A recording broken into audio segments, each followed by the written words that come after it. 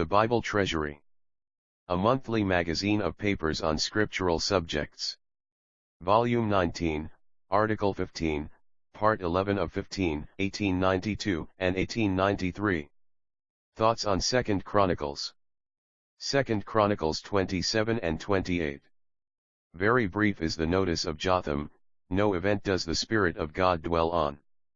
In a general way he did right in the sight of the Lord, but, it appears, manifested no energy, for while he did right, the people still did corruptly.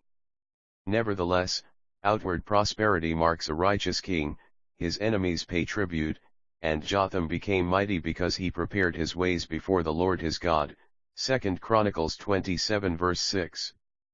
But if the people acting corruptly is evidence of the want of energy in the king, how much greater the corruption in his son Ahaz, who soon exceeded and led the people in their corruption. If Jotham could not put down the idolatry of his own family and restrain the tendencies of the heir of his throne, much less the same tendencies in the nation. Two things mark his reign: the king personally righteous but without zeal, while the people doing corruptly were fitting themselves to follow Ahaz in all his abominations. Rather longer is the account of Ahaz, or of what happened during his reign, than of Jotham, a righteous king. But it was the iniquity of Ahaz that made him prominent, and there were two events in connection with Israel which were brought out at that time, viz., Judah's decadence, for the Lord brought Judah low because of Ahaz king of Israel, for he made Judah naked, and transgressed sore against the Lord. Ahaz is called the king of Israel, his position before God, for the 10 tribes, were apostate. Judah was the Israel of God, but Judah was made naked, never so low as now, even lower than apostate Israel. It is this that we see, and secondly, that Israel, who had taken an apostate place before God, had yet some righteous men, who felt their position, men of weight and influence who would not allow their trespass to be added to by retaining the captives from Judah. Our trespass was no doubt their great trespass in rebelling against the house of David. The rebuke of Oded and the remonstrance of the 4 princes caused the captives to be sent home. Israel seemed to be more amenable than Judah to correction. At least, with some, the remembrances of what they had been under David, and how they had sinned and forfeited every covenanted mercy in their rebellion against Rehoboam, extorted the confession, for our trespass is great, and there is fierce wrath against Israel. The return of the captives and the cause of it could have been no secret to Judah and Ahaz, but it had no effect on the besotted hearts of the men of Judah, who were already feeling the judgment of God.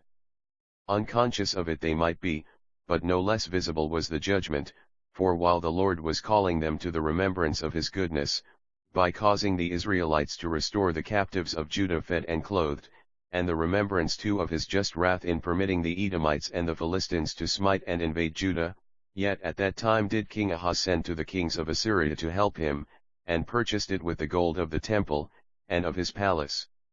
And though the Assyrian king did not help, but distressed him more, yet did Ahaz sin more, for he sacrificed to the gods that smote him, and the sacred writer, even the Holy Spirit, as in the utmost human contempt says, this is that King Ahaz.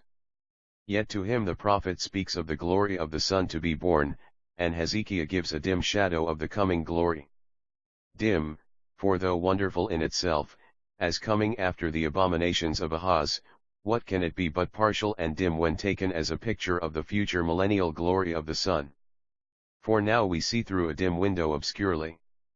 The power and goodness of the Lord is manifest in the fact that Hezekiah was a good king, his father was the worst that yet sat on the throne. Where was the youth Hezekiah trained? Was it in his father's palace or in the city?